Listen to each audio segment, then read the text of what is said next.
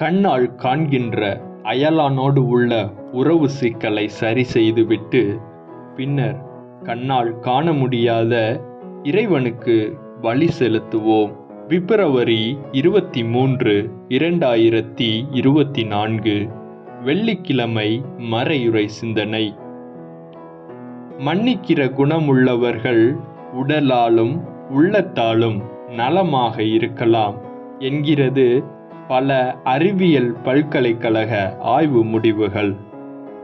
ஆனால் இயேசுவோ அறிவியல் ஆய்வாளர்களை விட பெரியவர். இயேசு, நான் பலியை அல்ல இரக்கத்தையே விரும்புகிறேன் என்று கூறி ஒரு புதிய பார்வையை கொடுக்கிறார்.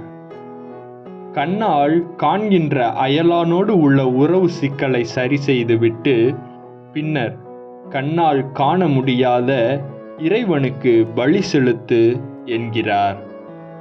எனவே ஆண்டவரின் மன்னிப்பை பெற்று அதை மற்றவருக்கும் வழங்கி வாழ முன்வருவோம்.